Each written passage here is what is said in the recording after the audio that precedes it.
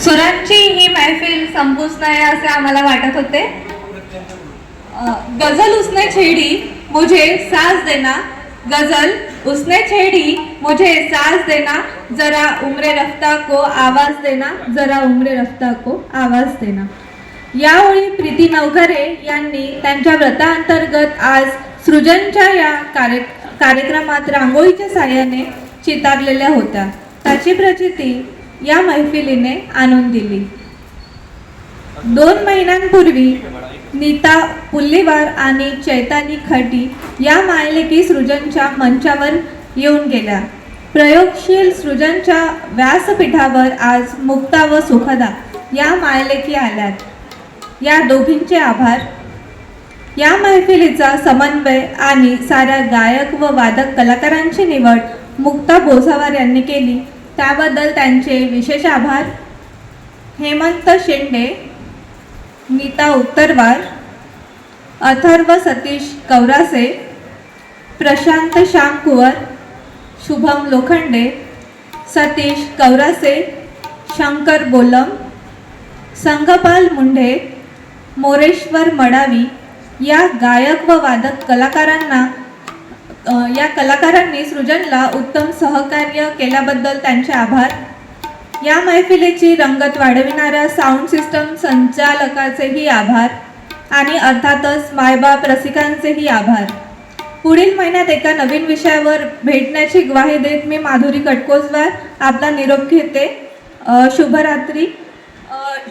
एक असं सांगावं असं वाटतंय, शुभम लोखंडे आणि श्याम कुवर हे दोघे जण मडावी जे हार्मोनियम वाजवत आहे त्यांचे शिष्य आहेत।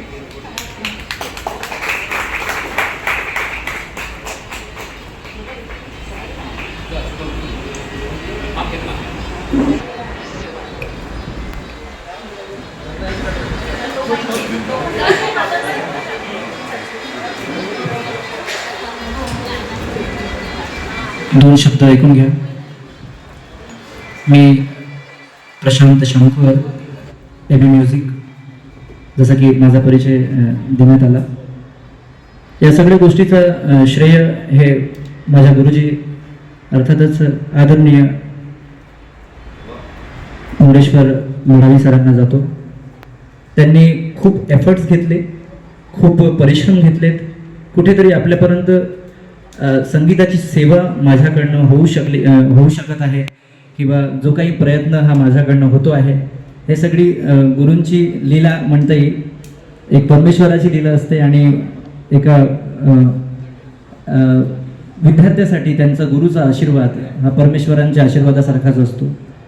आणि मी खूप भाग्यवान आहे की त्यांचा विद्यार्थी आहे आणि त्यांना खूप दीर्घायुष्य लाभो आणि त्यांनी असंच माझ्यासारख्या विद्यार्थ्यांना घडवत अशी मी मनापासून प्रार्थना करतो ईश्वरचरणी। आणि त्यांच्याबद्दल सांगायचं तर काय सांगू, सुरुवातीपासून मी सायकलने का पैदल का ऊर्जानगर कॉलनीमध्ये ते क्लासेस घ्यायचे तेव्हा मी जायचो आणि जे काही केलं ते प्रामाणिकपणे करण्याचा प्रयत्न केला आणि जे काही थोडंफार गातो आहे ते सगळं त्यांचं आहे आणि तुम्ही गोड करून घेतलात। Thank you so much. थँक्यू।